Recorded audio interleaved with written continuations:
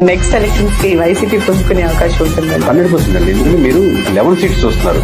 40% of vote banking వచ్చింది వైఎస్ఆర్సీపీకి. లక్షల మంది మనల్ని ప్రేమించిన కార్యకర్తలు, కోట్ల మంది మనకు అభిమానించే ఓటర్స్.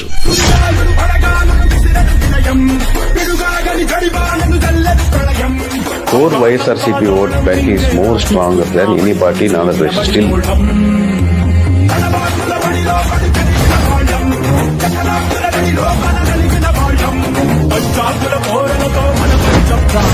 పోరాడి గెలిచిన